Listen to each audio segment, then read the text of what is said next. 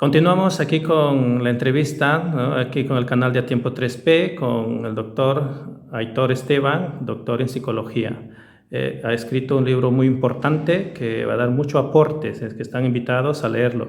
Estará ahí en los comentarios, hacia abajo en la cajita de comentarios, ahí estará el link, estará la foto del libro para que usted lo pueda conseguir. Entonces, lo que descubre Bergot en sus investigaciones es que la figura de padre, la figura paterna simbólica, tiene como componente primero, como factor primero, el de ley-autoridad.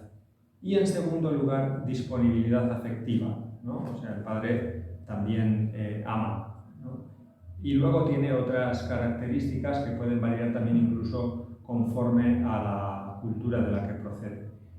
En el caso de la madre, en el caso de la figura materna, es al revés. Lo que más espacio ocupa es la disponibilidad afectiva. Y en primer lugar, además. En segundo, ya no en primero como en el caso del padre, ese concepto de ley-autoridad. Además, en la figura del padre hay una mayor complejidad en los ítems que agrupa, mientras que la figura materna es, como decir, una estructura más simple y volcada a esa disponibilidad afectiva. Por eso, por esa complejidad que aporta la figura paterna y que luego se ve también reflejada en la representación de Dios, porque efectivamente la representación de Dios que los sujetos de Bergot expresan, pues es una figura, una representación en la que, por una parte, lo materno está muy presente en esa disponibilidad afectiva que encajaría bien con la expresión de Isaías, pero además de esa disponibilidad afectiva, también recoge ese factor de ley y autoridad y otros que conforman con él una complejidad, pero que le acerca más a la configuración que tiene la figura parental masculina, es decir, la figura paterna simbólica. Por eso parece que esa figura, por su complejidad y por la función ley y autoridad, que en el fondo nos recuerda un poco la función del padre en el complejo de Edipo, que es pues recordar al hijo que no es todo para la madre, sino interferir en ese deseo de fusión total con la figura materna, ¿no? Entonces, hay un amplio parecido, un amplio paralelo entre la figura paterna, el padre con minúscula, con esa función, y lo que recoge en la representación de Dios de esa función, que también es una figura compleja, ¿ya? La representación de Dios, y que se emparenta más fácilmente con la figura paterna que con la materna, aunque también el elemento materno esté recogido, ¿ya? Pero cualitativamente la complejidad de la figura paterna y la función de ley y autoridad, es decir, de separación, ¿ya?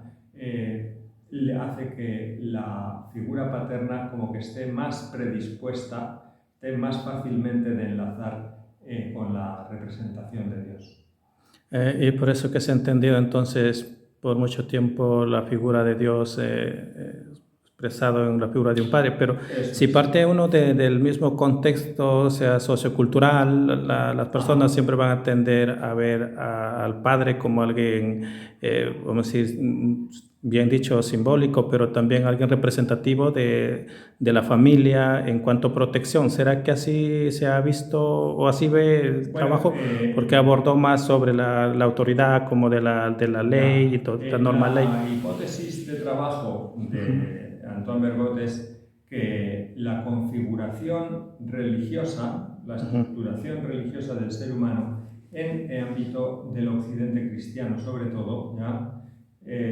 Va en paralelo a la estructuración psíquica. Entonces, en la estructuración psíquica, las dos figuras parentales, padre y madre, tienen un peso definitivo.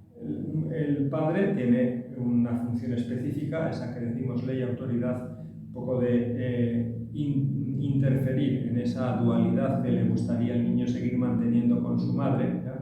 Entonces, cuando el niño resuelve ese conflicto de Edipo identificándose con la figura paterna como ley, pero también como promesa y como modelo ya, y por tanto le permite mirar al futuro con un sentido de responsabilidad. Entonces, si ese es el conflicto que estructura el psiquismo humano, también podríamos pensar, y eso es la hipótesis de homología o analogía estructural de la que habla Bergot, que en el ámbito religioso, en el cristianismo, pues ocurre también que ese es también el momento clave de la estructuración, que hay una homología del paralelo entre ambas estructuraciones y que por tanto también a nivel religioso se da un conflicto, ¿no?, con la figura paterna, pero que de ese conflicto el creyente sale cuando hace la identificación con esa figura de Dios y acepta la alianza, la adhesión pues, en la figura de Jesús y como en la alianza como hijo, ¿no? Cuando nos sentimos hijos de ese Padre y nos identificamos con la figura de Jesús. Muchas gracias. En una palabra, ¿qué nos quería decir sobre su obra? En una palabra como para que alguien lo quiere de repente, ¿qué le dice? ¿Qué va a encontrar aquí? Pues que a veces pensamos que la religión es un fenómeno ajeno a las demás dimensiones del ser humano, ¿no? Que, por ejemplo, la psicología no podría abordar, no podría ayudarnos a estudiar lo religioso, porque la religión, como tiene que ver con Dios y Dios es diferente, entonces no puede ser abordado de una manera empírica también por la psicología, por ejemplo. Pues le diría que eso no es verdad, y se dará cuenta al leer esta obra, que la fe es fe porque arraiga en todos los estratos del ser humano, incluidos los psíquicos profundos, y ahí encuentra en los estratos más profundos de nuestra vida, en nuestro psiquismo, encuentra las raíces para que después pueda convertirse en algo como es la dimensión religiosa en nuestra vida. Muy bien, muchas gracias, doctor Esteban.